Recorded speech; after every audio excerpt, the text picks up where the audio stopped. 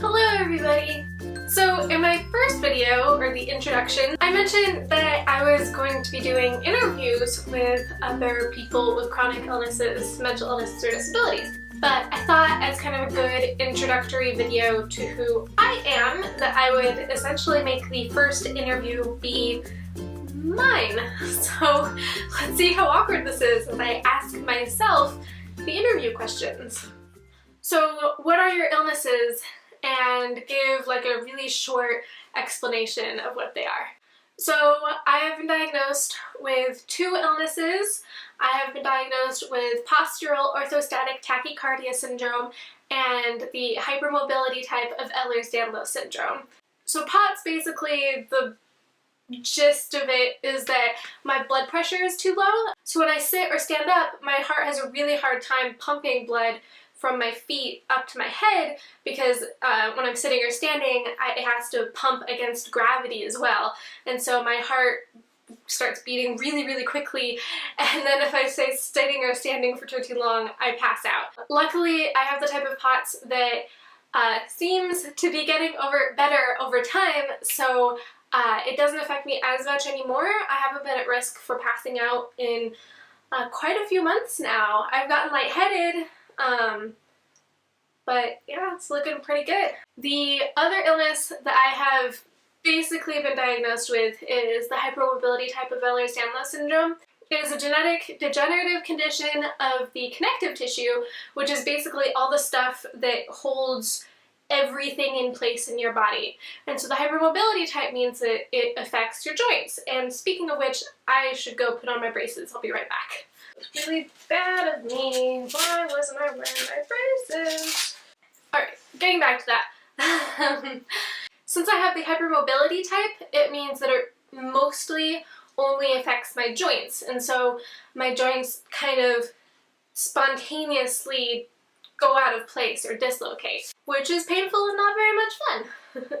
Was it hard to get diagnosed? So with my POTS, it took about 6 months to get diagnosed. At first, doctors were really confused because they had no idea what was happening. POTS can be triggered or made worse by a lot of things, and one of them is stress or heat, but stress was the big one for me, and so I was a junior in high school when I got it, and that comes with a lot of stress, but it was kind of going up and down because of it, and so doctors were starting to think that maybe it was all in my head, I was having psychosomatic symptoms.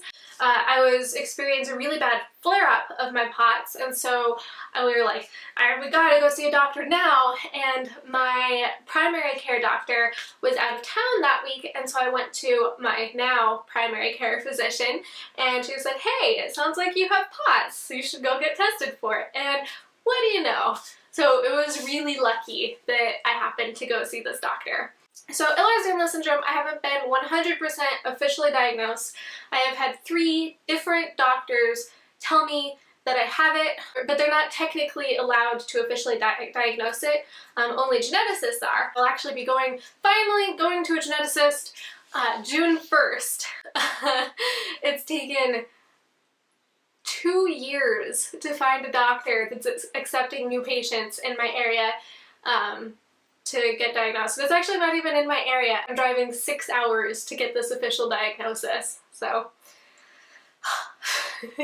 How did the diagnosis make you feel? So with the POTS diagnosis, I was really relieved to have an answer because I was getting really scared that it was all in my head because I was really trusting at that point, and so when doctors were telling me that it was all in my head, I believed them. With the Ehlers-Danlos syndrome, again, I haven't been officially diagnosed. When I first heard from my rheumatologist that she thinks that I have it, it was kind of a shock. I was really confused because like I had pain, but I had pain my entire life, and it was mind-boggling to me that I had this lifelong condition that was degenerative and would shape a lot of my future. So I was really confused when I first heard about it. What treatments have you tried? For both of these illnesses, there's no cure or anything. You can only treat the symptoms. So for my POTS, I'm on something called midodrine.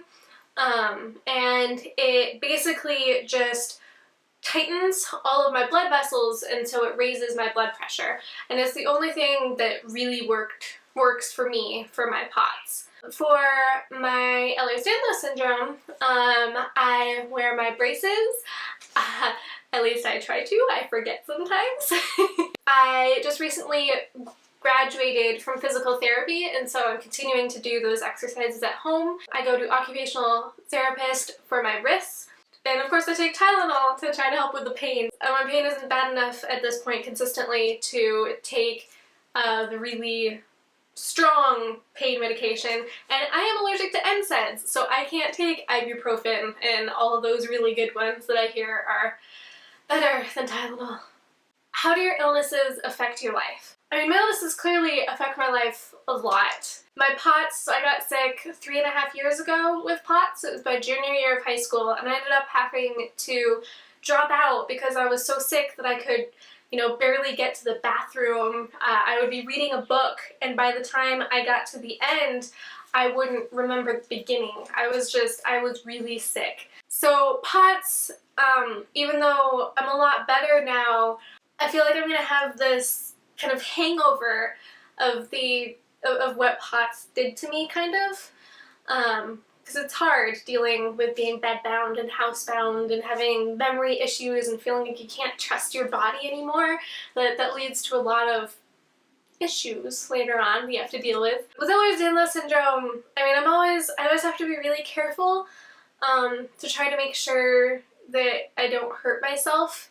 But then you have to try to find the balance of, I don't want to hurt myself, so I'm not going to do the thing, and I can't stop myself from doing everything on the chance that it might hurt me. So it definitely affects, like, planning. And then, of course, living with a degenerative illness, it's kind of, it really shapes how you feel about the present and about how you think about the future, because you don't know how quickly your illness will get worse or how bad it'll get throughout your life, and so it makes you really appreciate what you have right now, and I don't know. I'm just kind of rambling at this point. How do other people react to you?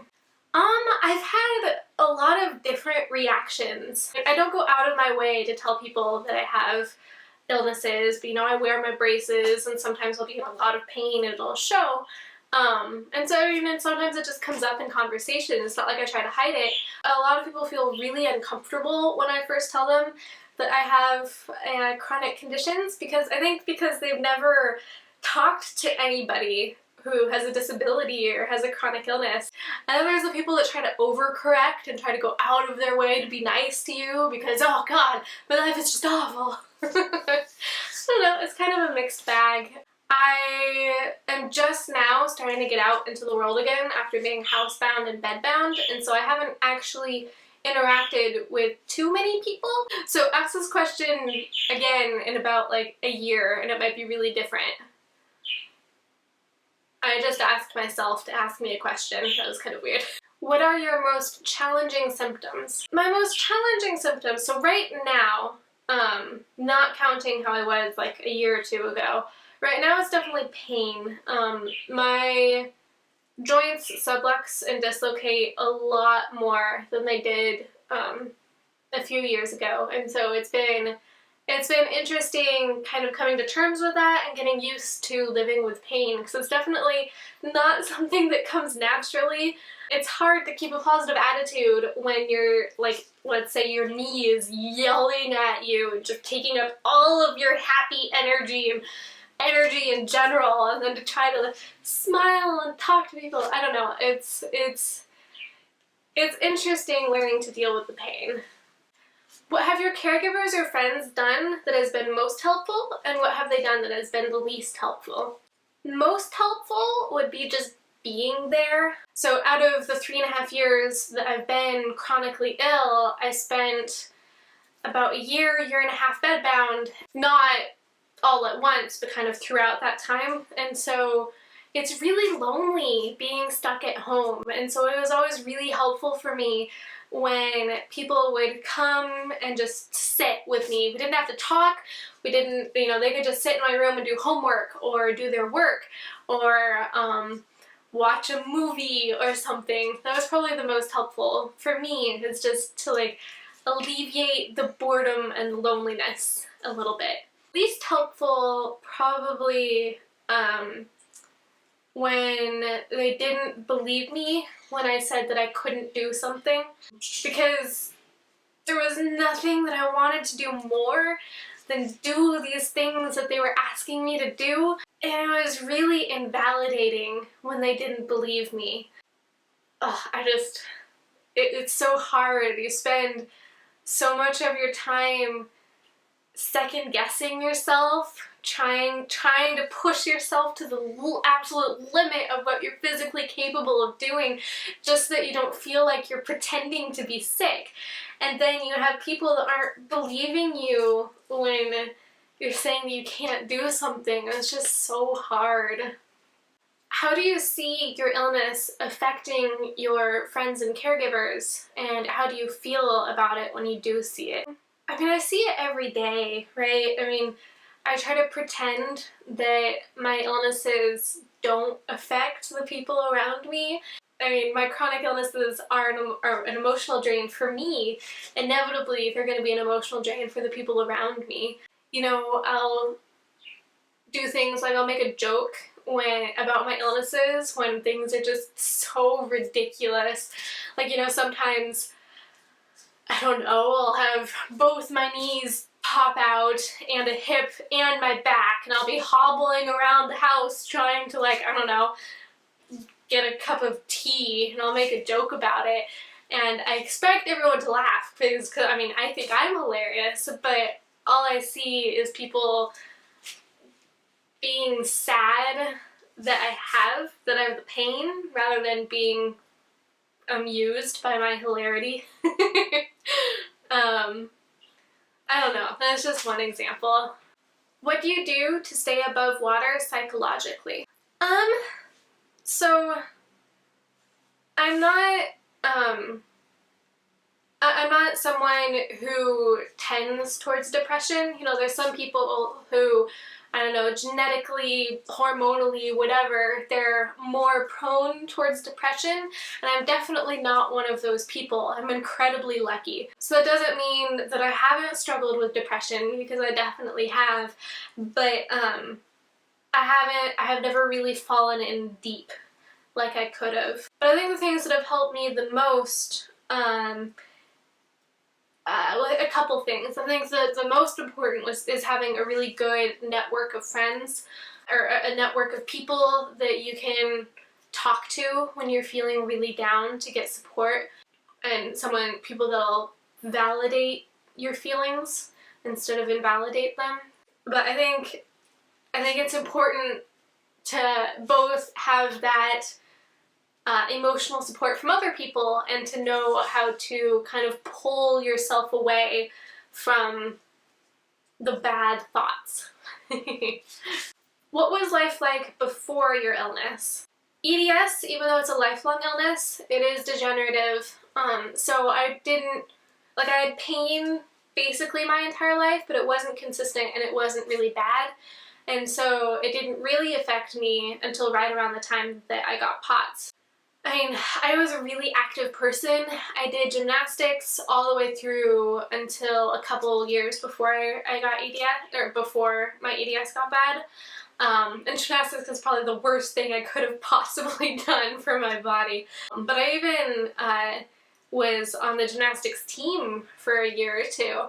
And I loved it. Then I also hiked all over the place. I love hiking. I still try to go on walks. I think my maximum since EDS and POTS or whatever is a 6-mile hike. I am so proud of myself on that one. But you know, before I would do like 20-mile hikes, whatever.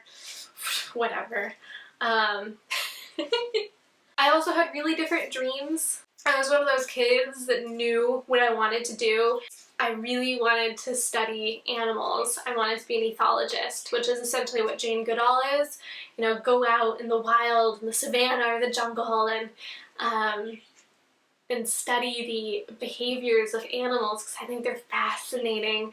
And I had this dream basically from like kindergarten. It was really hard for me when I realized that that dream wasn't something that was going to be attainable or wasn't something that I could ever get. But you know, you have to find new dreams. But I mean, there's, you know, good things have come from my illness too. Before I got sick, I was really insecure. I never did anything for myself. I was always doing things for other people. Always doing things like I felt like I should do, not what I wanted to do. And after spending, I mean, essentially 3.5 years on my own, it's made me a lot more secure with who I am. I am proud to say that I am not any less happy right now than I was before. I think it was just easier for me to be happy before I got sick. So that's it, everybody. That is my interview. I hope you liked it. It felt really weird to interview myself. Please like this video and subscribe to the channel. I will try to put out videos every single week. Leave a comment down below if you have something nice to say. If you have something mean to say, I will delete it. I don't need that negativity in my life. I don't. My name is Shannon Schneider, and I may be sick, but I am not broken.